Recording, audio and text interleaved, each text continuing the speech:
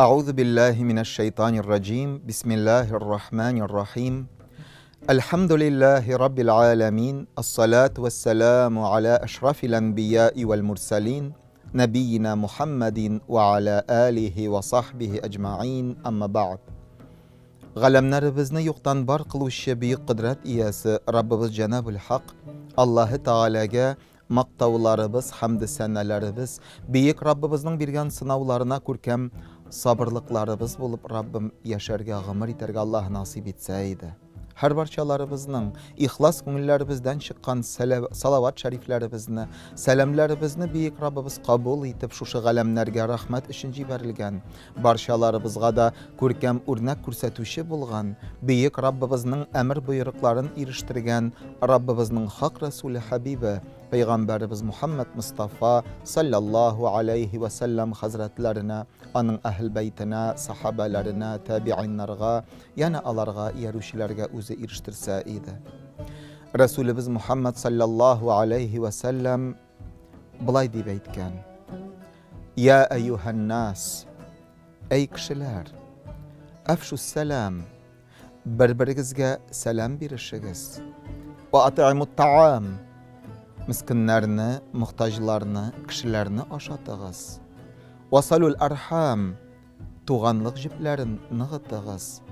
Vasallu billeyli ve nasu niyam, kişiler yıklap yatkanda siz yıklamağız. Meğer tünne tırıp, nafil namazlarınızını okuyuz.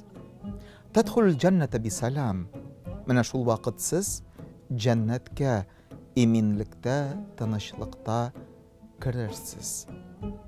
Muhterem tamaşaçılar, Allah'ın Resulü sallallahu aleyhi ve sellem hazretleri şuşu kıskağına hadisinde bizge özünün 4 vasiyetin bilgirtti.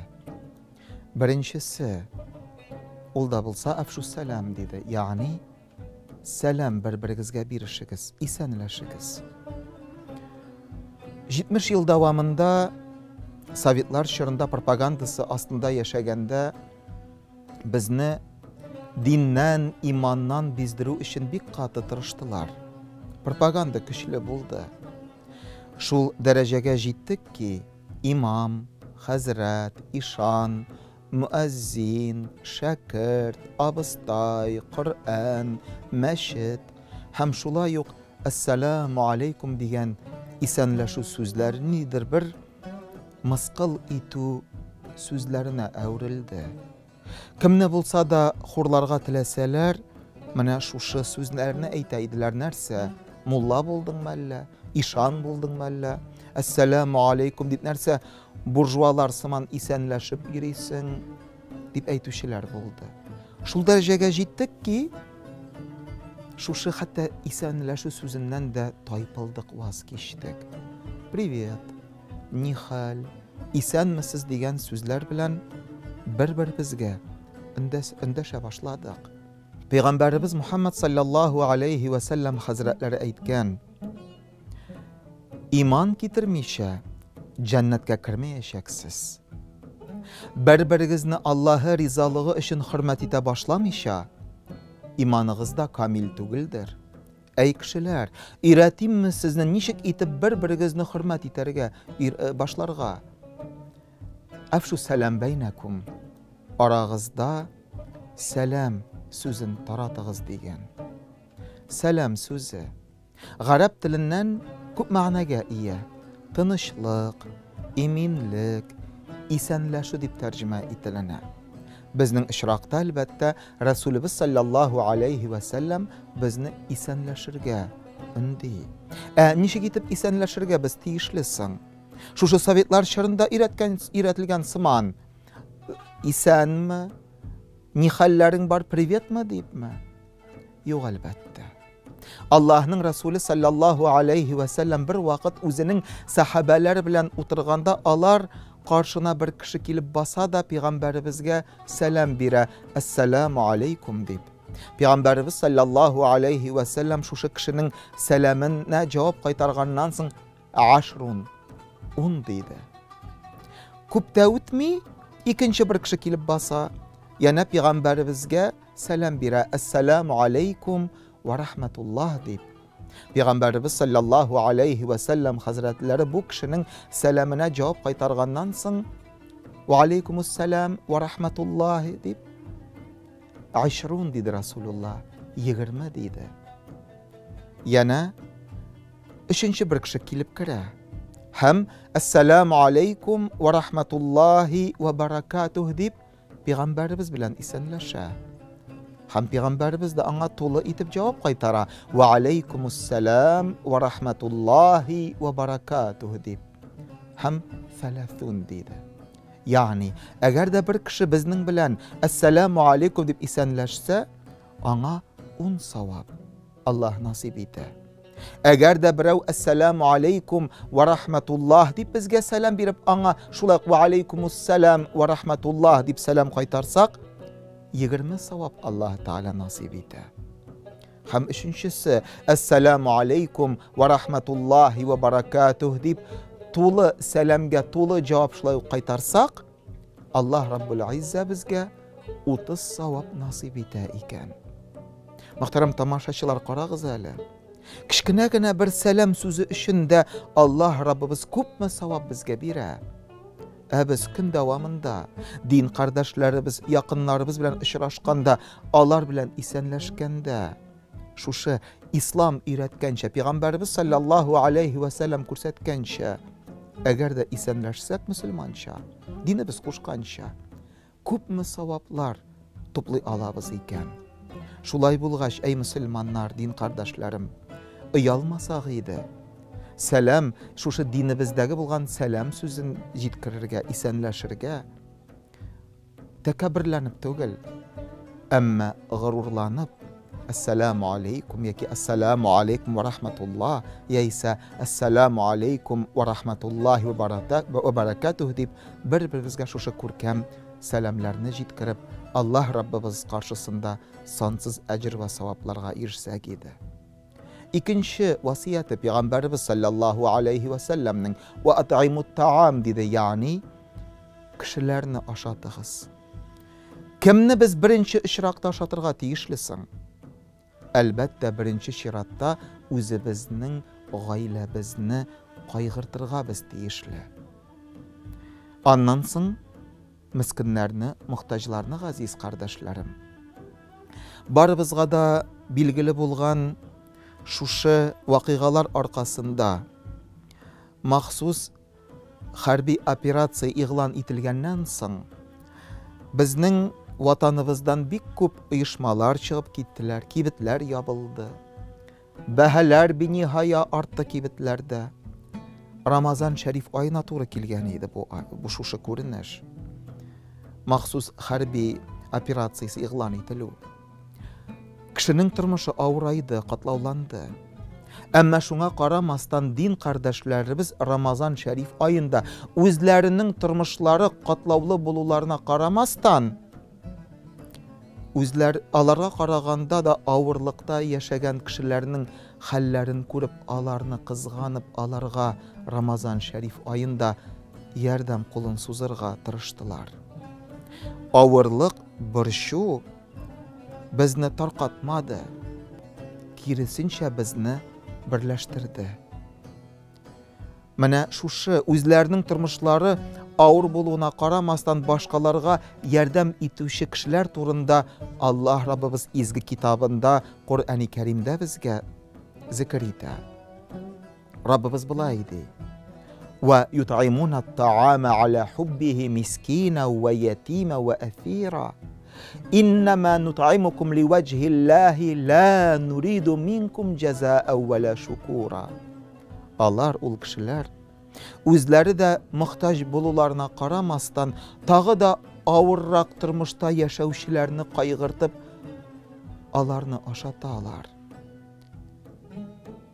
Asir bandani, otasi bo'lmagan yetim balani, bir narsasiz qolgan bandani, faqirni, muhtojni ham o'zlarini aytalar: "Biz sizni baritik Alloh Taala rizolig'i ishingina rizqlandiramiz, ham sizdan biz birni maqtov so'zida, rahmat so'zida sizdan kutmaymiz."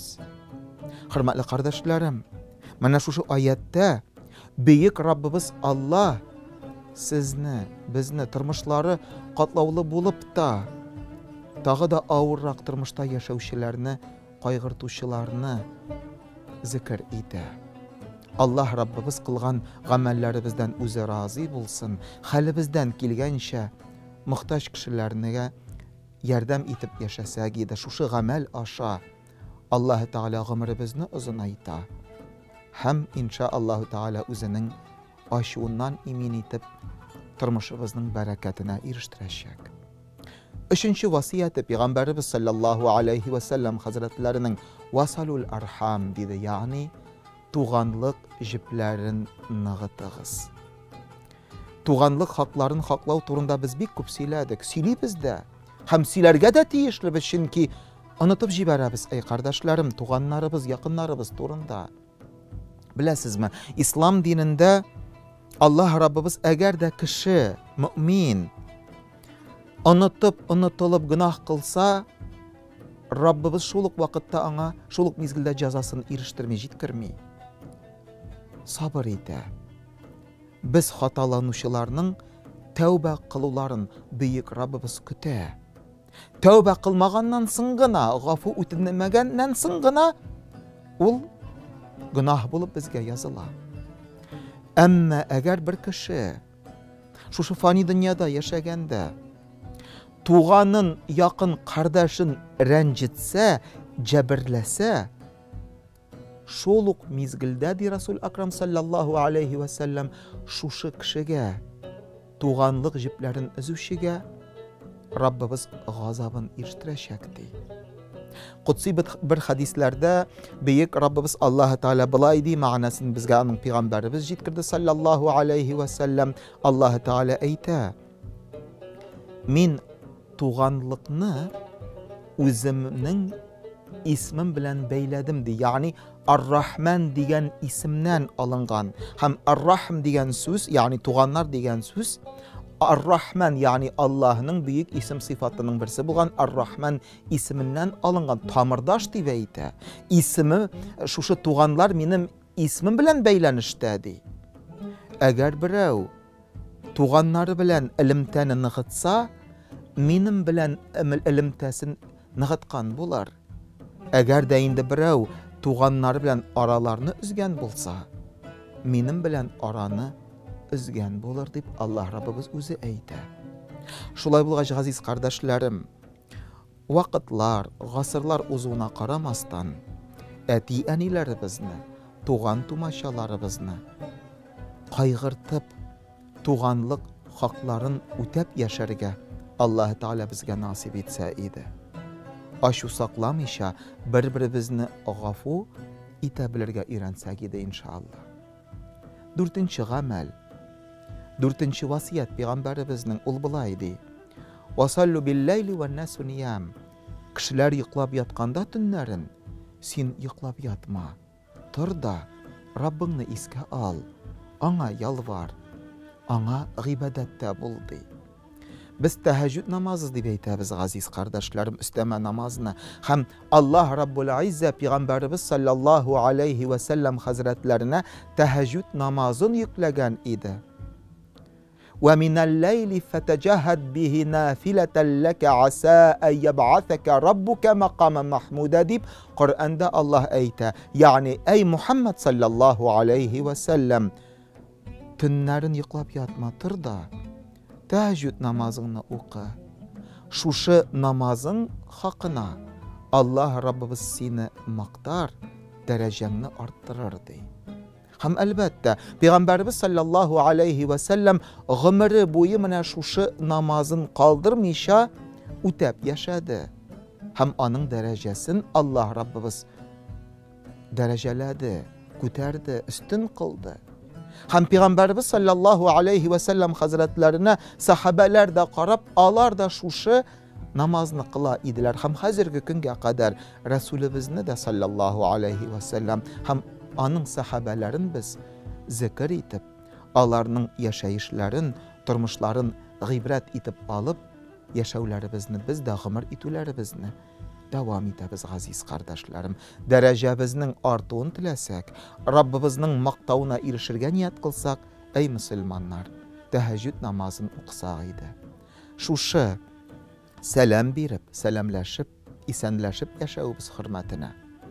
Fakirlerini, miskinlerini rizqlandirsak, tuğanlıq jiblerini haqlab yaşasak, hem tahajjud namazını okusak, tadkhulul cennete bi salam deb Peygamberimiz aytdi. Şuşu vasiyatni, 4 vasiyatni uti alsağız, cennetke inşallah kıyametde, cennetke, eminlikte, tinchlikda kirersiz dey.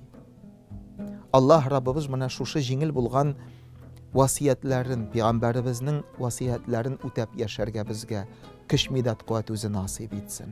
Hasrat qayg'ulardan saqlasin. Allah Rabbimiz barakatli umrlar nasib etsin. Turalarimizga sabrlik berib, vatanimizni so'g'ish afatlaridan Allah Rabbimiz emin etsin. Ata-ona nazından ayrılıp, gailelerini qoldirib ketgan, hozirgi vaqtda so'g'ish qirlarında bo'lgan soldatlarimizga da Allah kuch middat nasib eylab, ömürlerin özmişe, isen emin, ata-analары, gailelerine eylenip qaytırığa, alarga da Allah Teala yassaydı. Vesselamu aleykum ve rahmetullahi ve berekatuhu.